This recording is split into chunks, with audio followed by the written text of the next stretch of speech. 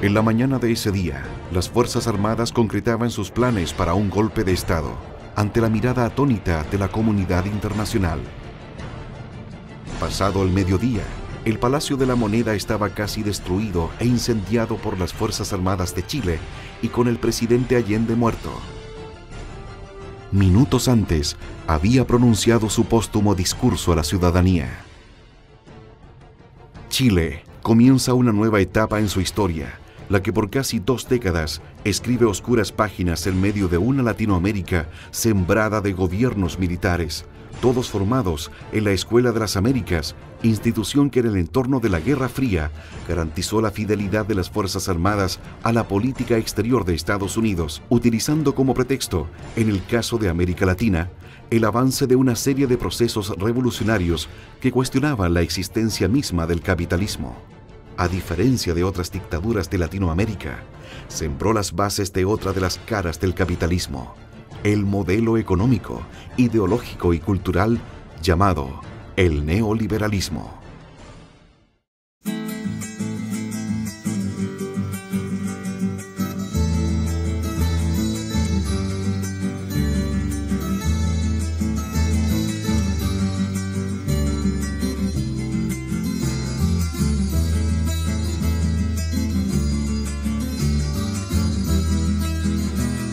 Septiembre 4 de 1970, Salvador Allende obtiene la primera mayoría relativa en las elecciones para presidente y el 4 de noviembre de ese mismo año asume la magistratura de la nación.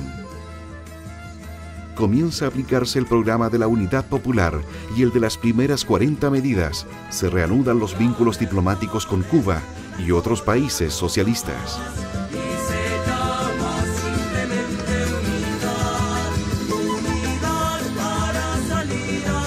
Al mismo tiempo, cobra especial relevancia la participación de los trabajadores, el sindicalismo y la relación de la Unidad Popular con los distintos partidos y las organizaciones populares. Hacíamos las reuniones aquí en el Policentral nosotros, más o menos las reuniones eran de unas 1000 personas, ¿eh? Porque nosotros abarcamos hasta Wynn y todos los consultorios, en fin, y la mayoría de los hospitales del área pertenecían aquí a esto.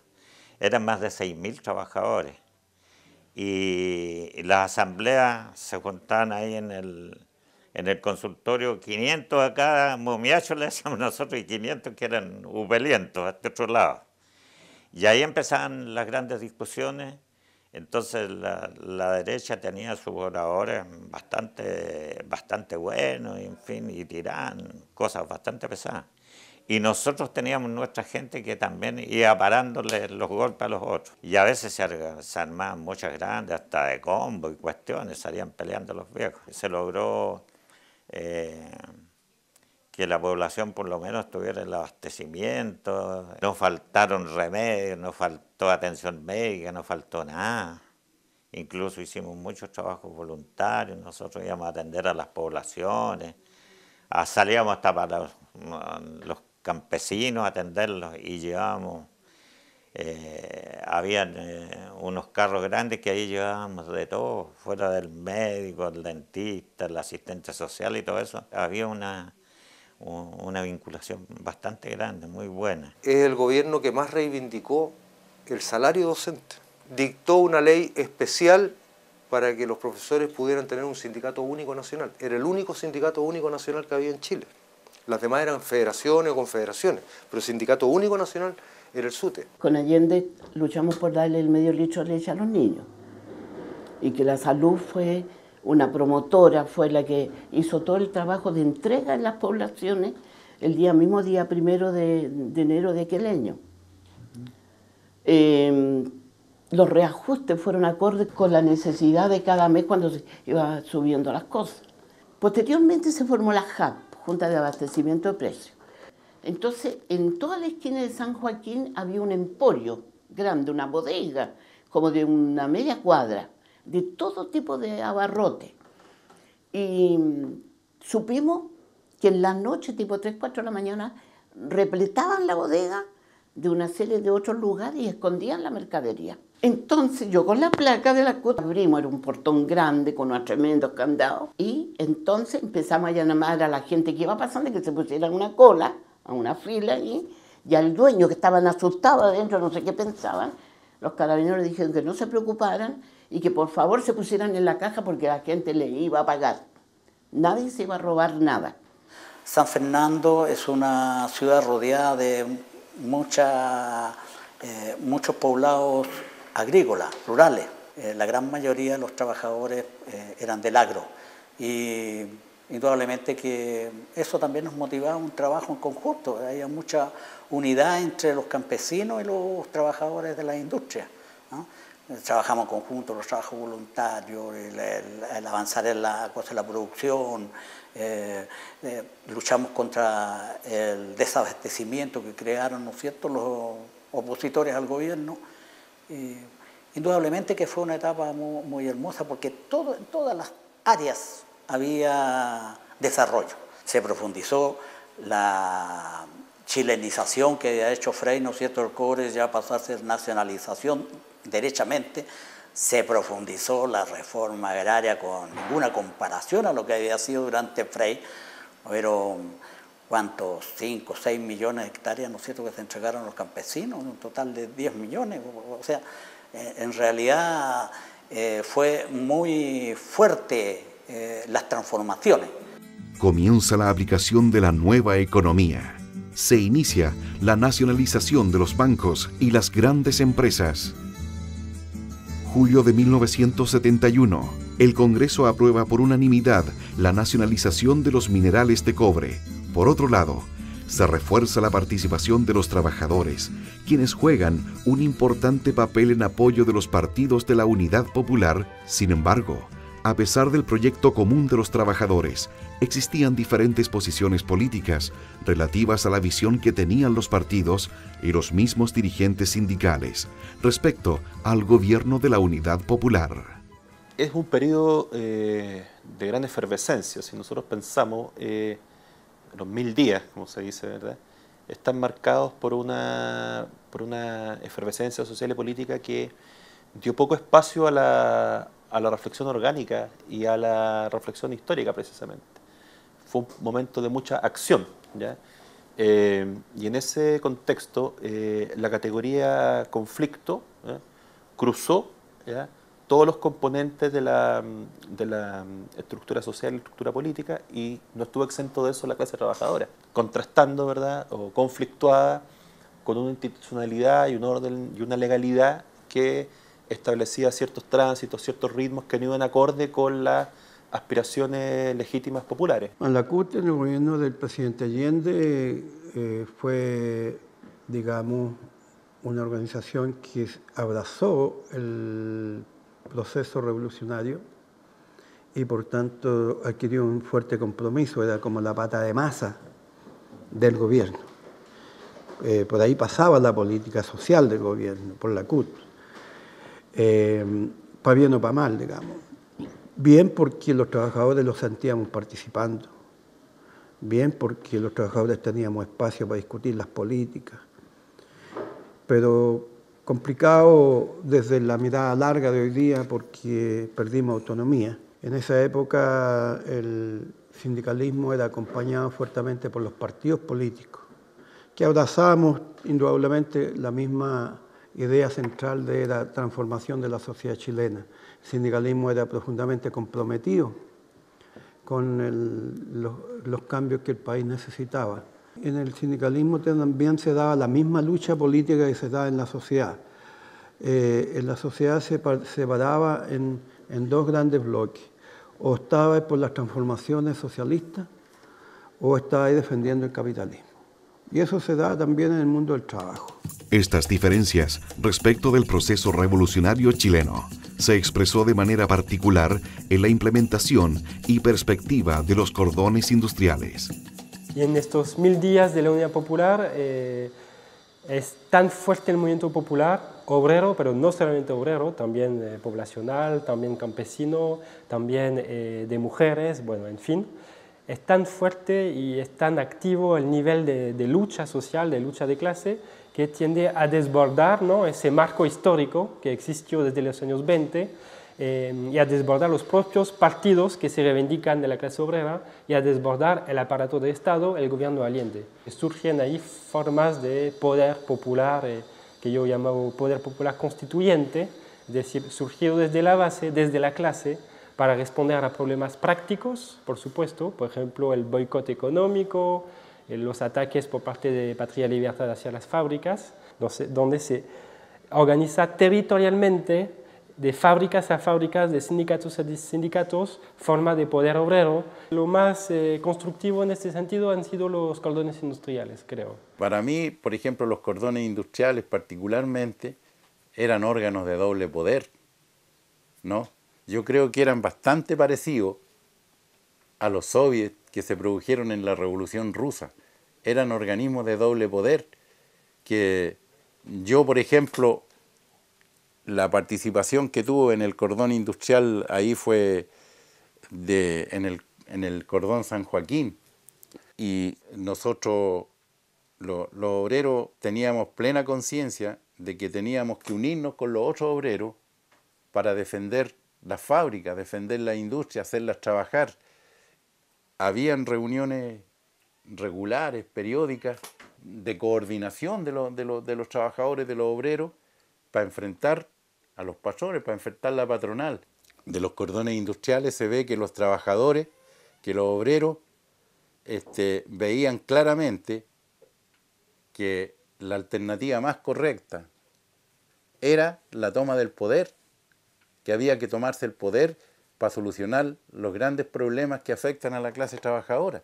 Respecto de los cordones industriales, más allá de cuál era la orientación que prevalecía en lo político, se trataba de coordinar a todas las industrias, fábricas, talleres que existieran en una zona determinada. Si nosotros, por ejemplo, nombramos el cordón Vicuña Maquena, que partía desde aquí de la Plaza Italia hasta el paradero 40, prácticamente hasta llegar a lo que hoy día es Puente Alto, allí había un sinnúmero de industrias, talleres, fábricas de las distintas ramas de la producción, y esas se coordinaron, y como se sentían interpretados y eran parte del gobierno porque teníamos derecho a voz y voto en la determinación de las grandes políticas, hacían de entonces de que esta batalla por la producción pudiera salir adelante, llevándole a contra a la derecha que estaba por boicotear al gobierno de Salvador Allende. Querían ir mucho más adelante de lo que el propio programa de la Unidad Popular planteaba, acelerado más allá. Y eso naturalmente que la derecha particularmente, sobre todo la derecha más reaccionaria, cargó ahí, en mi opinión, todos los esfuerzos como para desestabilizar el gobierno, aprovechándose de algunos sectores de extrema izquierda que se salieron del marco de lo que planteaba el programa del presidente Allende, que yo debo reconocer que naturalmente tenía bastante de avanzar respecto de las reformas que este país requería. Se colocó cada vez más confrontacional la política y el desarrollo, ¿no es cierto?, social en nuestro país. La CUT en todo momento apoyó, ¿no es cierto?, con mucha fuerza, incluso en la intentona de Roberto Bió, ¿no es cierto?, Marambio, el general que hizo la primera intención de golpe de Estado, ¿no es cierto?, la CUT paralizó todo el país de forma inmediata cuando se produjo la intentona.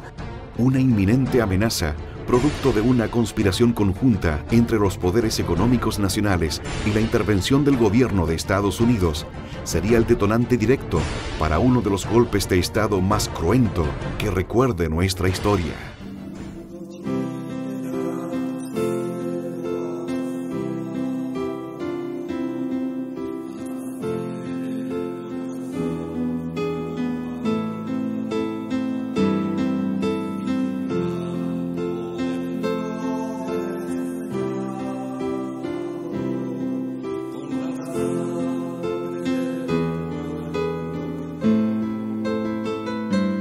El golpe estaba planificado para el día 15 o 16 de septiembre, camuflado entre las acciones de las Fuerzas Armadas, con motivo de la preparación de la tradicional parada militar. Pero los golpistas no estaban dispuestos a permitir que Allende lanzara una convocatoria para un plebiscito el día 11, ni permitir el inminente avance de los trabajadores y sus formas de lucha, por lo que adelantaron rápidamente la realización del ataque para ese día. Ya en las primeras horas del golpe de Estado comenzó la persecución sindical, las torturas y las violaciones a los derechos humanos, lo que se transformó en adelante en una práctica permanente. Yo llegué a la empresa corriendo desde el paradero 12 y la empresa estaba en el paradero 2. Debo haber llegado tipo 8:15 de la mañana, porque no había locomoción. Hicimos una asamblea para ver cómo íbamos a defender la empresa. Nosotros éramos bastantes trabajadores dentro de la empresa. Estábamos en eso cuando los comunicaron que ya el golpe estaba casi consolidado, que pusiéramos la radio para escuchar la noticia del presidente. Al rato ya se les comunicó que Allende había muerto. Era muy triste ver pasar mucha gente a pie, de vuelta de sus trabajos que había logrado llegar en la mañana, mucha gente llorando, muchos trabajadores y trabajadoras llorando por Vicuña Maquena regresando a sus poblaciones, porque había muerto el presidente Allende, porque ya el golpe estaba, ya los milicos habían logrado tomar el poder y todo un proceso histórico bonito se había perdido. Fue terrible para todos los trabajadores. Primero porque supimos lo que era el fascismo, lo conocíamos en las películas. Este hospital, por ejemplo, aparte de muchos hospitales, de todos los hospitales, vinieron con todo a detenernos. Cuando llegamos al Estadio Nacional, la tortura. Nos llevaron a todas las mujeres, por lo menos Barros Luco, y nos desnudaron a todos, hombres y mujeres, médicos y todo. Y entonces prácticamente hubo violación. Y yo no lo podía entenderlo. No lo podía entender que hubiera ocurrido eso ahí. El día 14 de septiembre nos llevan al Estadio Nacional. Corrimos distintas suertes, es decir, hubo gente que pudo salir antes del mes, otros permanecimos casi los 2 meses en el Estadio Nacional. Lo más aberrante, lo más temeroso que a nosotros nos pasó al margen de la tortura que era generalizada y los golpes, es cuando nos conducían desde las galerías del estadio al sector de la cancha esta de ciclismo donde estaban la sala de tortura. En el trayecto nos botaban y nos hacían pasar a pocos metros los tanques y quien levantaba la cabeza era hombre muerto. El túnel de la libertad nos muestra que no hay que dejar de luchar. Los partidos políticos fueron declarados ilegales y el Congreso Nacional clausurado. Se efectuaron numerosos despidos, motivados por la militancia sindical. Otros se ven obligados a dejar el país y muchos se asilan en varias embajadas. La represión fue bastante fuerte, cayeron mucha gente pública nuestra, por lo tanto, yo en el caso mío, a mí me han pedido por bando militar a todos los representantes, ¿no es cierto?, de los gobiernos comunales como a nivel nacional, habían bandos militares, ¿no es cierto?, pidiendo, entonces, indudablemente que nosotros tuvimos que sumergirnos, o sea, ya total y absolutamente clandestino, pero cayó mucha gente pública, algunos que se entregaron. Fue terrible, porque mataron a mucha gente, muchos pobladores. Nosotros no tuvimos más padres ni madre, porque mi padre se tuvo que ir de la casa. Y yo tenía 18, 19 años y me quedé a cargo de 6 hermanos. Después del año 73, todos mis compañeros fueron presos, relegados. Muchos de ellos todavía están detenidos y desaparecidos, y otros que los mandaron en las propias empresas. Una mañana, a las 7 de la mañana, yo estaba con mis hijos en la casa y me toca la espalda, estaba durmiendo y me dice, levántese señora, la policía. Y era investigaciones, Fuerzas Especiales de Investigaciones. Ahí me tomaron con mis hijos, había otra niña que estaba conmigo, se la llevaron a ella y después me fueron a buscar a mí. Y cuando, en el momento que yo estaba pendiente porque se habían llevado a mi amiga, estaban los carabineros arriba de mi casa. Estaba lleno la casa de carabineros. Nunca había visto, eran como 50 policías. El desconcierto se apodera de la gente, que ve cómo sus sueños y su futuro se desmoronan entre las botas y fusiles de la junta militar gobernante. Bueno, yo fui detenido el 28 de diciembre, Día de los Inocentes, en Vicuña Maquena con Departamental. Está rayando una muralla. Estamos ya instalando la resistencia. Había experiencia de mucho compañerismo también, había mucha traición, porque hay que decir las cosas como son. Había ciertas desconfianzas entre los mismos que estaban, pero también habían buenos compañeros que lo ayudábamos para enfrentar ese momento amargo, duro. La Central Única de Trabajadores, que venía articulando el movimiento sindical, fue clausurada y proscrita. Más de 100 confederaciones de trabajadores fueron suprimidas y en el sector agrario, más de 40 sindicatos fueron disueltos. Se eliminó la presentación y tramitación de pliegos de peticiones, se suspendieron los convenios relativos a salarios, beneficios y todos los reajustes de las pensiones.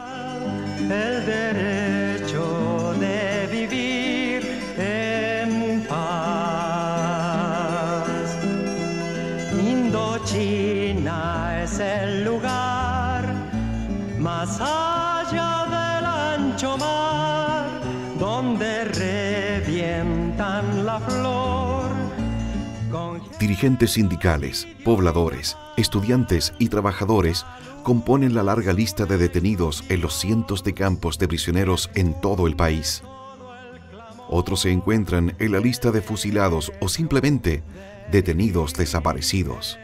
La represión fue sangrienta, fue brutal, y fundamentalmente dirigida a los sectores de vanguardia, pero no tan solo a ellos, sino en el campo. No tan solo fueron masacrados y asesinados los dirigentes de vanguardia, sino que también otros sectores también que no están en ese nivel. Claro, fue una represión brutal y fue un descabezamiento de las organizaciones políticas de izquierda, de las organizaciones sindicales. Solo en los 3 primeros meses de la dictadura murieron o desaparecieron en manos de agentes del Estado 1.213 personas, es decir, más de la mitad del número total de muertes en los 17 años del régimen militar.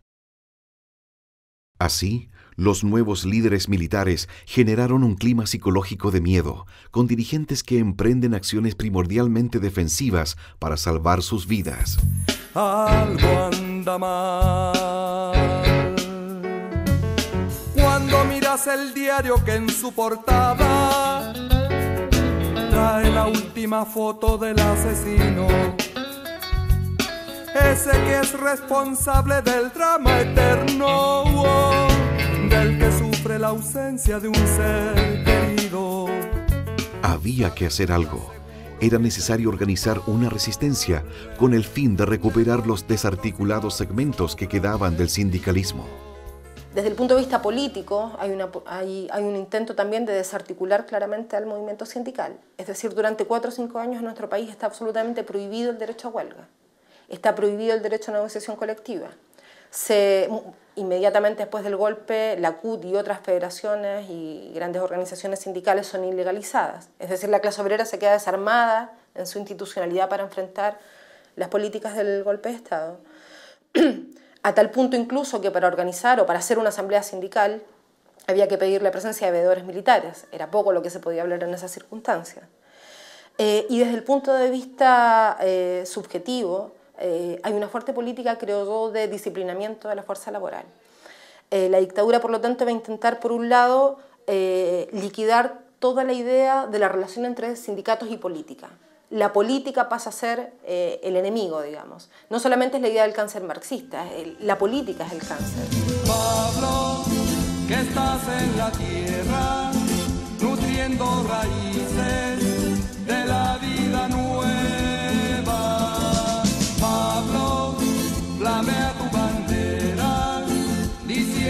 presente allá en Isla Negra.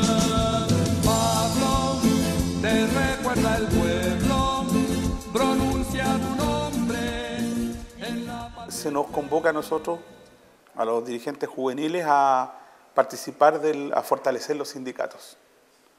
Ahí es un periodo muy difícil. Nosotros teníamos que hacer asambleas sindicales aquí en Vergara, en la calle Vergara, con los pacos adentro. También nos empezamos a agrupar con otras organizaciones, como los textiles, como los metalúrgicos, como los mineros, como el asunto que hubieron varias organizaciones y se conformó una organización juvenil de la Juventud Trabajadora que se denominó el Interfederaciones.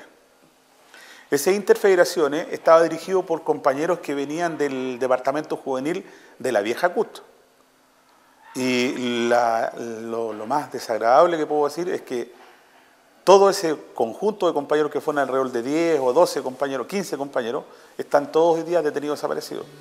En medio de este clima represivo, cabe destacar el rol fundamental que desempeñaron las mujeres sindicalistas y pobladoras, a pesar de las medidas extremas que se aplicaron en su contra por parte del gobierno militar.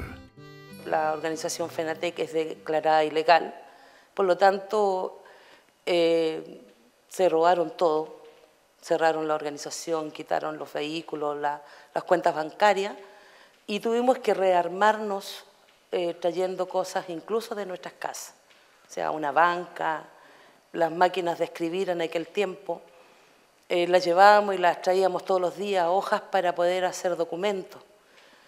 Y cuando se produce que están todos los dirigentes detenidos, se me dice que tengo que asumir en la organización y asumo en todos los puestos, no había nada. Por lo tanto, era secretaria, tesorera, presidenta, vocera del departamento juvenil, del departamento de las mujeres, con los jóvenes, hacía de todo. En el sector industrial y productivo, se llevan a cabo detenciones masivas en fábricas de las zonas industriales, lo que significó que más del 80% de los dirigentes de los sindicatos más grandes fueran perseguidos, encarcelados, torturados u obligados a vivir en la clandestinidad durante este periodo. Aunque incipiente y clandestino, el movimiento sindical vería una pequeña luz al final del túnel oscuro de la dictadura. El túnel de la libertad nos muestra la senda para continuar. La primera oportunidad en que nos juntamos fue en el Don Bosco, ¿cuánto se llama? El Teatro Don Bosco, que está aquí en la Alameda. Y nos juntamos para conmemorar la muerte de Recabarren. Me acuerdo que no éramos más de unos 200 que habíamos ahí en el teatro. Con mucho miedo ahí en el teatro porque era la primera actividad. Todos los que estábamos ahí éramos gente que habíamos estado presos o teníamos alguna militancia política. Me tocó a mí firmar, no sé por qué, me hicieron firmar, a lo mejor era más joven, me hicieron firmar la carta para pedir permiso para conmemorar el aniversario de la muerte de Recabarren. Y lo hicimos en el Don Bosco.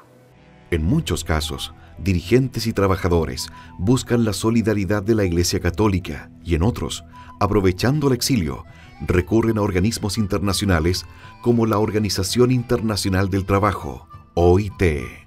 Viajé a Bulgaria y estando en Bulgaria participé de esta conferencia de los sindicatos de la construcción, la madera y los materiales y posteriormente hice prácticamente un recorrido por varios países de Europa y de Asia para dar cuenta de lo que estaba haciendo esta represión, estos crímenes de lesa humanidad por el fascismo aquí en Chile. Producto que venía saliendo recién de la tortura, pudimos entonces denunciar a los colectivos que habían de exiliados en Suecia, en España, en Bulgaria, en la Unión Soviética, en Finlandia, en Dinamarca, etcétera, en Italia. Pudimos tomar contacto con nuestros compatriotas y darle cuenta de lo que estaba sucediendo y recabando naturalmente la solidaridad para que el movimiento y el tejido social pudiera reconstruirse lo más rápido posible. Durante estos años, el proceso de rearticulación sindical no fue fácil. Por un lado, estaban los dirigentes de la antigua CUT, duramente reprimida, y por otro, dirigentes sindicales que fueron opositores a la unidad popular y que la dictadura mantuvo en sus cargos dirigenciales, mayoritariamente en el aparato público. La dictadura nominaba a los dirigentes sindicales, eran designados, por lo tanto pelear por lo que significa la recuperación de la independencia del movimiento sindical fue fundamental, en este sentido que los propios trabajadores eligieran sus dirigentes. Empieza a juntarse al alero de la Iglesia Católica con distintos dirigentes sindicales y se forma, yo estoy hablando en el año 74, 75, logran conformar una organización que se denominó el Grupo de los 10, donde mayoritariamente eran demócratas cristianos, radicales, algunos socialdemócratas, donde estaba la gente de la Comach, gente del petróleo, estaba Eduardo Ríos, y quien presidía esto era Manuel Busto. Entre los que cayeron presos estaba Manuel Busto. Bueno, él usaba una vela vencida por Cuevazo, salió. Está en el Estadio Nacional y llaman por los parlantes a un Manuel Huerta Bustos. Entonces él sale corriendo y le explica al, no sé si Paco, Milico, que es él, que lo que pasa es que le cambiaron los apellidos. Y lo dejan salir, llega a la puerta y estaba en eso.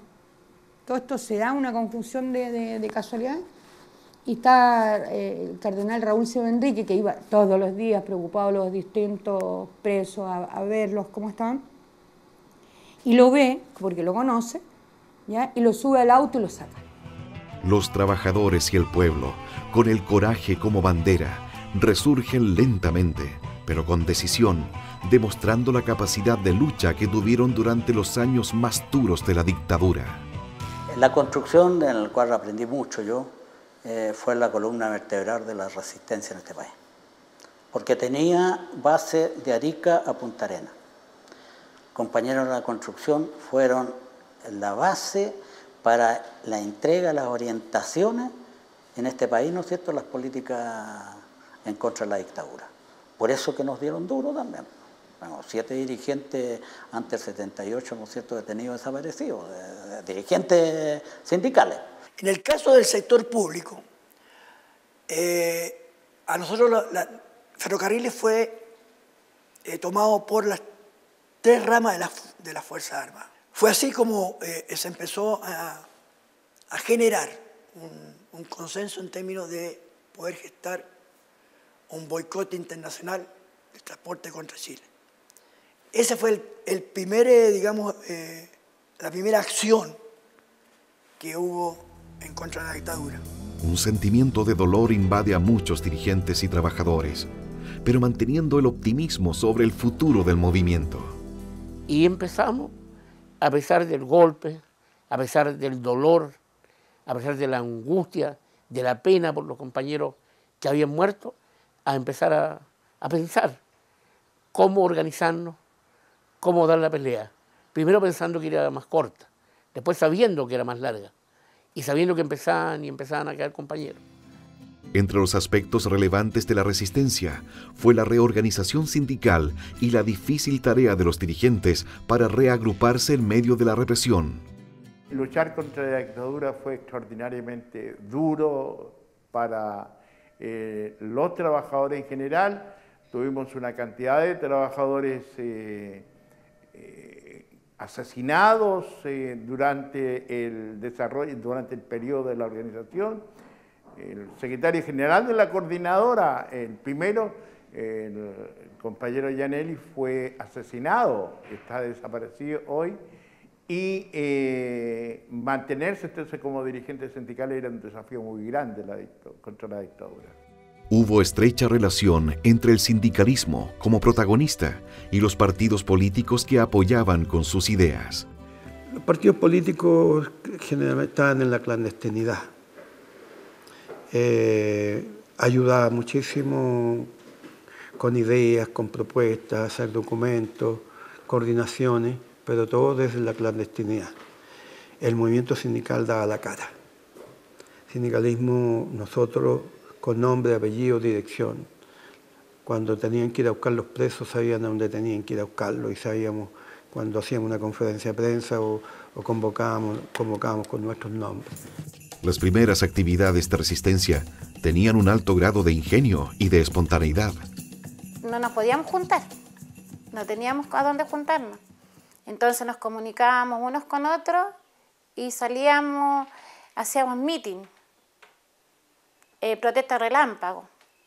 Por ejemplo, en San Pablo con Neptuno o en el centro, todo era relámpago.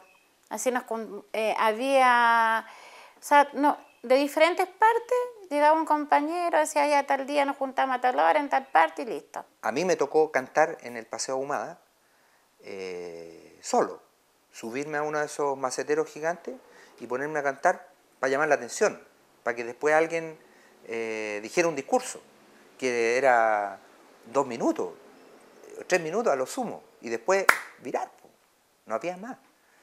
No era, aquí vamos a hacer una concentración, vengan todos porque vamos a leer esto. No, era una cuestión prácticamente espontánea y de sorpresa. Pero quedaba mucho camino que recorrer, porque la dictadura seguía aplicando las más brutales formas de represión. En el caso de Goodyear, que estaba expropiada, que era una empresa transnacional, también la devolución produjo gran resistencia y es una de las primeras huelgas, el año 78, que se realiza bajo la dictadura. Huelgas, reorganización sindical y las acciones de resistencia fueron experiencias de lucha de los trabajadores, muchas de ellas exitosas. El año 1978, para el 1 de mayo, salimos y quisimos hacer una marcha por la Alameda y salimos 11 dirigentes sindicales marchando tomados del brazo por la Alameda. Y los pacos salimos de Camin y los pacos los esperaron ahí en Brasil con Alameda. Llegamos hasta ahí nomás, pero hicimos una marcha, los 11. Ahí recuerdo estaba Busto, estaba Lamiro Guzmán, estaba Héctor Cueva, había varios dirigentes de los que yo recuerdo. Esa fue la acción, la primera acción en la calle, como dirigente. Después hicimos un 1 de mayo aquí en la Plaza Almagro, donde fuimos fuertemente reprimidos. Ahí los acompañó don Clotario. Lo golpearon, a don Clotario lo golpearon muchísimo. Eran las primeras acciones. Después presentamos el pliego de Chile. Logramos la firma de muchos dirigentes sindicales y le presentamos ese pliego Chile a Pinochet. Pinochet los mandó presos, a los que habíamos firmado de cabecilla, los tuvieron en la cárcel pública y ahí la coordinadora salió a la luz pública. Yo creo que el gran error de la dictadura fue haberlos metido presos a los 11 que le firmamos el pliego, porque ahí tanto nacional como internacionalmente nosotros ya salimos a la opinión pública. Los podían tomar detenidos, los podían golpear, pero no los podían matar porque ya existíamos. La coordinadora siempre fue un instrumento de gran alcance para el movimiento sindical. Nunca dejamos de dejarla de hacer funcionar. Por lo tanto, entonces, ahí se desarrollaban las discusiones para elaborar la estrategia del movimiento sindical chileno. Nosotros habíamos llamado como coordinadora una protesta a nivel nacional, habíamos llamado a los de la construcción a una marcha hacia la Plaza Artesano, que fue donde cayó Héctor Cueva, cayeron otros, y bueno, Héctor fue deportado a Brasil, junto con, ya había sido unos días antes deportado Manuel Busto. Tengo el recuerdo de haberle pegado un combo sí, a uno de los Gurkas, pero pelear a mano limpia en contra de José que andaban con Néstor Luma es más difícil, ¿no es cierto? En los primeros días de 1979, el régimen militar estrena su nuevo plan laboral, diseñado por el recientemente nombrado ministro del Trabajo, José Piñera Echeñique, que refleja el modelo neoliberal aplicado a la economía chilena. El ministro, como siempre, ha reiterado con su cara de costumbre por la tele, que avanzamos a un ritmo acelerado y el progreso del país es el descueve. ¿A dónde la viste, loco? ¿A dónde la viste? Salta pa'l lado, loco. A todo esto se elimina, no se puede aplicar código del trabajo, queda prohibido, o sea, quedamos sin ninguna ley laboral que protegiera a los trabajadores. Todo eso es parte de los bandos militares, o sea, no había código laboral, para decirlo de alguna, no había ni un código laboral. Ahí mandaba la ley marcial, era lo que prosperaba. Y se decide hacer por parte de la dictadura, ¿ya?, elaborar un código laboral nuevo. No era pescar el anterior, era elaborar un código laboral nuevo. Y frente a eso, ya, obviamente salen los dirigentes fuera de Chile a hacer la denuncia que no teníamos código laboral, que no teníamos ningún tipo de protección. Cuando viene el plan laboral que dicta Piñera, bueno, en ese momento deja a todos los sindicatos fuera de la ley, a todos los deja fuera de la ley. Bueno, ¿qué es lo que hace un movimiento sindical? Primero condena el plan de Piñera, y le quita todos los derechos a los trabajadores, la negociación por rama, el derecho a la huelga, todos los derechos, pero crea una posibilidad de organizarse entre un régimen dictatorial. Bueno, ¿y qué hacen los trabajadores? Organizan en 2 años 7.000 sindicatos. Organizamos como 100 federaciones y confederaciones que tenían una forma ya establecida, pero tuvieron todas que actualizarse. La ley a partir de ahí señala que podían tener distintas razones sociales adentro de la empresa. Entonces la gente, donde ya habían 100 compañeros, podían hacer 5 sindicatos. En este plan de Piñera ellos instauran por letra los años que se negocian, que rige hasta hoy día. Si uno se da cuenta, hoy día, por ejemplo, los de la A a la P negocian en los años impares. Los años pares negocian de ahí hacia atrás. Entonces, hoy día todavía, porque ellos separan las negociaciones colectivas, cosa que en los sindicatos no pudieran juntarse estas razones sociales. O sea, lo hacen solamente para destruir el mundo sindical. El plan laboral simbolizó la nueva institucionalidad laboral en Chile, que básicamente son 8 decretos ley. Son 8 decretos ley, uno promulgado antes de Piñera y los otros 7 o 8 son promulgados bajo la administración de Piñera en junio del 79. Y genera una nueva institucionalidad. Y esta nueva institucionalidad significó que el régimen militar, la opción del régimen militar fue cerrar todo diálogo con el sindicalismo, con el tronco histórico del movimiento sindical chileno. Nosotros abandonamos la idea de dialogar con ellos, y la idea de nuestra ahora con el plan laboral es recrear o formar un nuevo tipo de sindicalismo, que va a ser un sindicalismo cuyo componente fundamental va a ser que es despolitizado. Cuando entran los civiles, con todos los Chicago Boys, a reemplazar a los militares en la dirección de las empresas y en el gobierno, empieza a avanzar toda la política de la derecha, los Chicago Boys, la política de mercado. Y en ferrocarriles no estuvo ajeno a esto. Y ahí en ese sentido empezaron ya a hablar de la privatización de ferrocarriles. La política de los Chicago Boys dice, mire, que todas las empresas, todas, inclusive más que nada las públicas, tienen que ser autosuficientes. Por lo tanto, el Estado no aporta más recursos. Pero luego de una década de dictadura, comienza a debilitarse, aunque levemente, el aparato opresor del Estado. Sin embargo, seguían las acciones represivas de parte del gobierno de facto. A nosotros en la coordinadora, todas las asambleas nuestras estaban afuera, la gente de la CNI. Estaban afuera. Nosotros ya tanto los conocíamos que los saludábamos. Y cuando llegábamos a nuestras casas, normalmente teníamos gente también de esta que rondaba por nuestras casas. También hasta llegábamos a saludarlos. Porque por mientras que los viéramos, era menos peligroso. Lo peligroso es cuando uno no se da cuenta, le están haciendo el punto. La década de los 80 trajo nuevas esperanzas para los gremios, que se tradujeron en una reorganización sindical sólida en varios sectores, que incluyó huelgas importantes y emblemáticas como las de Metalpar, Siderúrgica Huachipato, Textil Panal, las carboníferas, Colbún y otras empresas. Se construye en el interior de Linares la central termoeléctrica de Colbún Machicura. Allí 1.400 trabajadores paralizamos las obras con la presentación de un pliego de peticiones.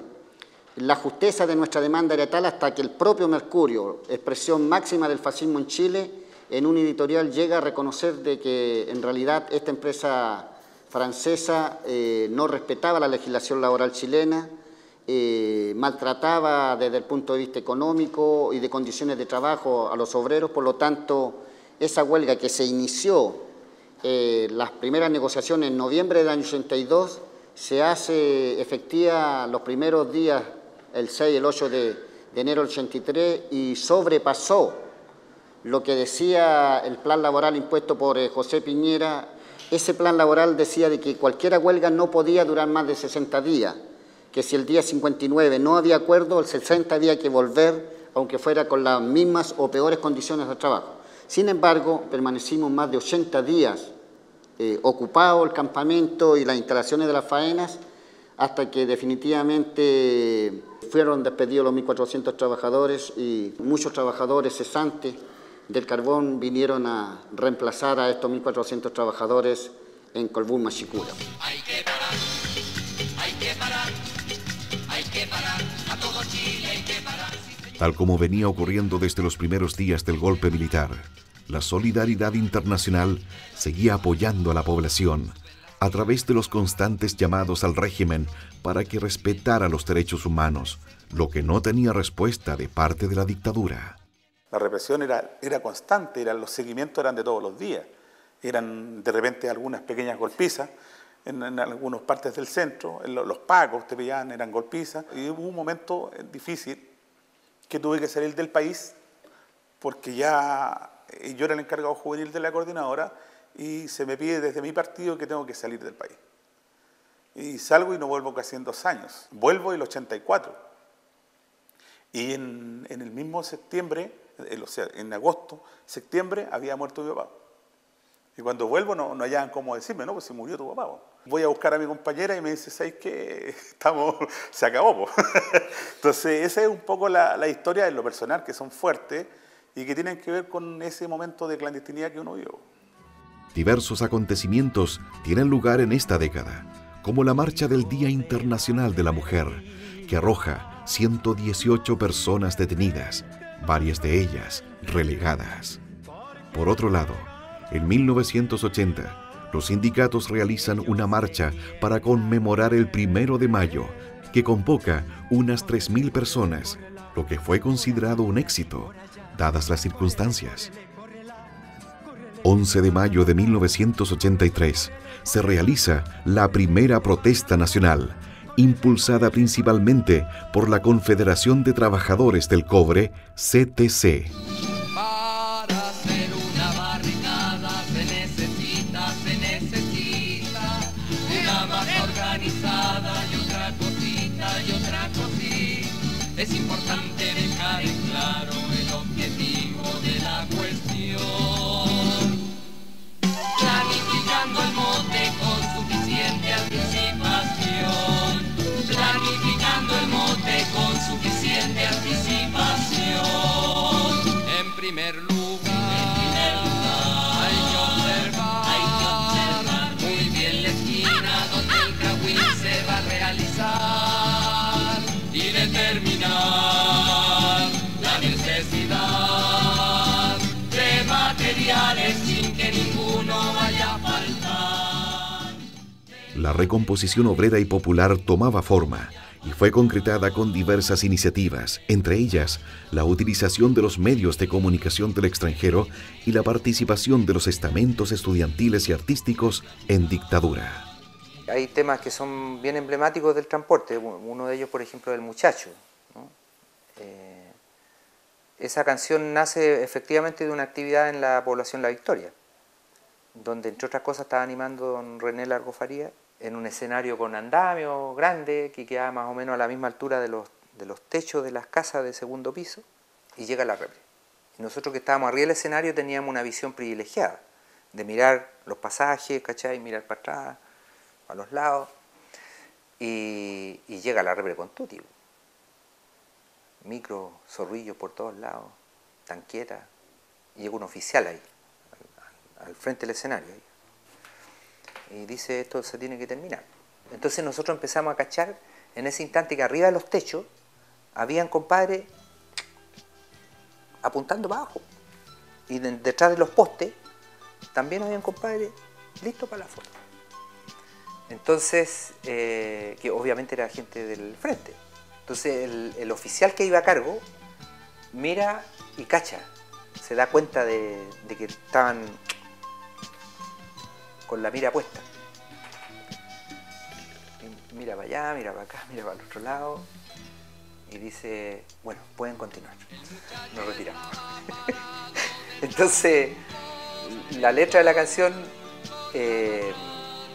dice, el muchacho estaba parado detrás de un poste con la matraca en la mano, observando con ojo atento y muy despierto el horizonte nublado, que es una metáfora, digamos, de la oscuridad del momento.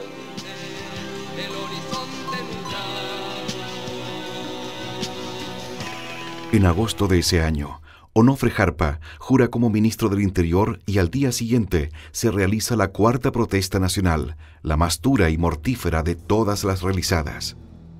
Sin embargo, a pesar del plan de apertura política anunciado por el nuevo ministro, el ejército despliega 18.000 efectivos militares con el fin de reprimir e impedir la marcha.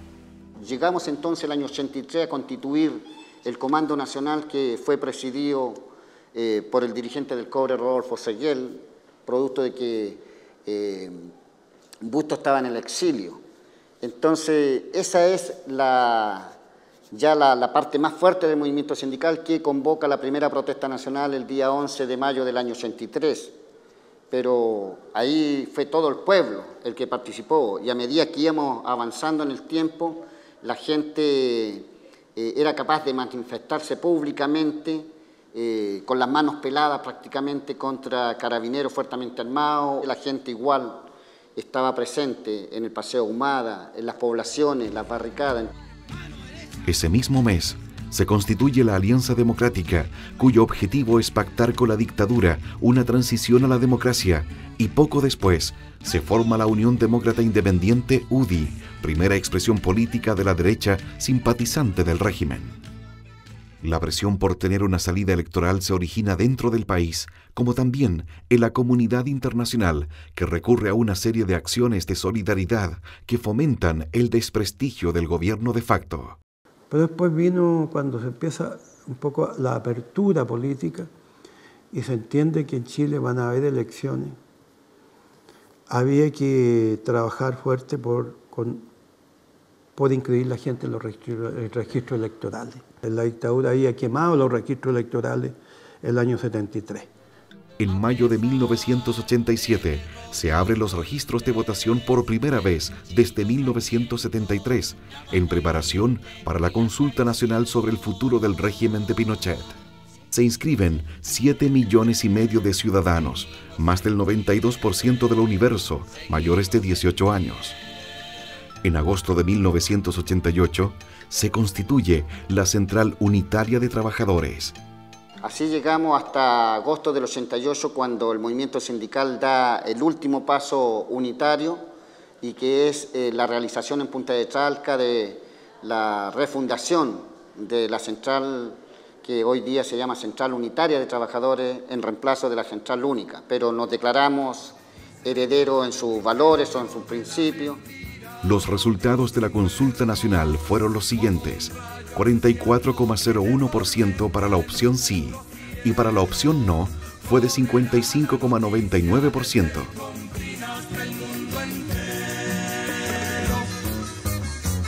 Cuando te vayas por la razón o la fuerza, no tomes nada y deja la puerta abierta. Pero a pesar de que la mayoría de los estamentos de la sociedad estaban por la salida hacia la democracia, hubo distintas concepciones acerca de los diversos caminos que existían para derrotar a la dictadura. Nosotros entendimos que una primera barrera era Pinochet y la dictadura, y abrir un espacio democrático. Ese espacio democrático ha sido abierto, pero relativamente abierto, porque quedó anclado con montones de amarras que dejó la dictadura. A mucha gente le acomodaron esas amarras, y bajo el miedo, que era real, de que ante cualquier levantamiento popular volviera a haber otro golpe, durante 3 o 4 años el movimiento sindical tuvo un papel muy de contención. Al ver la pujanza del movimiento sindical y el movimiento social en esta pelea contra la dictadura, la verdad es que los partidos políticos veían con bastante preocupación de que iban a pasar sobre ellos. Y a ellos les importaba mucho, efectivamente, estar en la cresta de la ola, estar arriba para que efectivamente en este país se viera que había una concepción de ganar una democracia, pero a una democracia que se vistió con las ropas del modelo económico posteriormente. Al contrario de lo que la mayoría de los trabajadores pensaba sobre la vuelta a la democracia, para el movimiento sindical, esta salida electoral no logró la recuperación de las conquistas históricas pendientes. Es más, a la fecha, se ha profundizado aún más el modelo neoliberal, lo que ha provocado una decepción en la fuerza laboral por esta deuda pendiente. Y resulta que la gente que pensó que iba a recuperar, de a poco, pero iba a recuperar todo lo que había perdido. Porque todavía a los trabajadores le deben mucho más de lo que le han devuelto durante estos 30 años. Mucho más. Porque perdimos no solamente en dignidad, en vidas humanas, y eso no se recupera con nada, ni con ningún tipo de compensación. Mira las condiciones en las que estamos y las amenazas que se nos vienen encima. Más precarización, más flexibilidad laboral, incluso para los que tenían conquista, como los docentes. Entonces, si bien estamos más fuertes, creo yo, como movimiento sindical, hoy día nos confronta con un gobierno y con un modelo mucho más salvaje. Porque, claro, está atendido por sus dueños. El drama que tienen hoy día los jubilados y los pensionados tiene que ver con eso. Con que perdieron sus derechos sindicales y por lo tanto perdieron su jubilación. Y hoy día tienen que estar aspirando ahí a ver si les dan esta jubilación de reforma de pensiones de 200 lucas o 170 lucas. Mientras exista esta institucionalidad, mientras existe esa constitución, mientras existe el actual código laboral, mientras existan las actuales leyes educativas, nosotros vamos a seguir peleando, vamos a seguir confrontándonos, pero son las peores condiciones para confrontarnos y avanzar. Y hoy día muchas respuestas que te da la gente son respuestas del modelo, pero no porque la gente sea de derecha o la gente esté con el modelo, sino porque deterioraron el mundo social, deterioraron los partidos políticos, deterioraron las juventudes políticas, deterioraron los clubes deportivos, los centros de madres, los centros juveniles, o sea, lo que llaman, entre comillas, el tejido social, como si esto fuera una cuestión de palillo,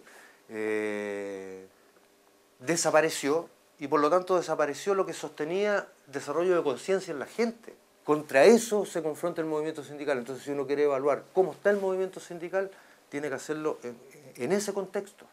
Y en ese contexto hay que sacarle el sombrero a este movimiento sindical. Nos faltan kilómetros, pero hay que sacarle el sombrero. Porque en verdad, las fuerzas más perversas del modelo lo que buscaban era destruir este movimiento sindical. Y hoy día tú tienes una CUT más fuerte que la que tuviste en los 90.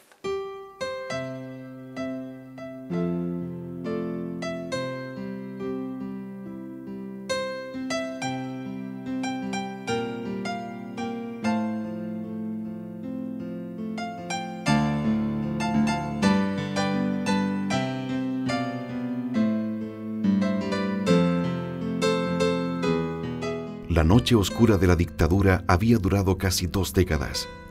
Muchos no alcanzaron a ver el fin de un régimen que aplastó en lo más profundo los sueños de miles de trabajadores, dirigentes sindicales, pobladores y estudiantes que con su sangre y esfuerzo enfrentaron la política del terror.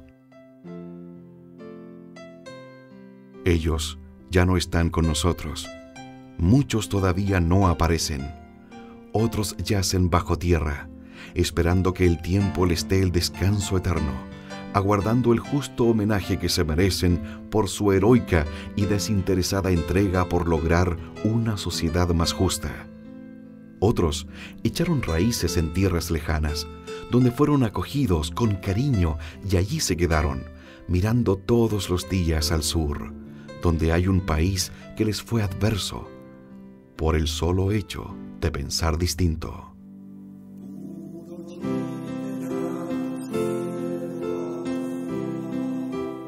Han pasado casi 40 años desde el golpe militar, que dejó detrás de sí una estela de destrucción no solo material, sino que, a diferencia de otras dictaduras de Latinoamérica, sembró las bases de otra de las caras del capitalismo, el modelo económico, ideológico y cultural llamado el neoliberalismo.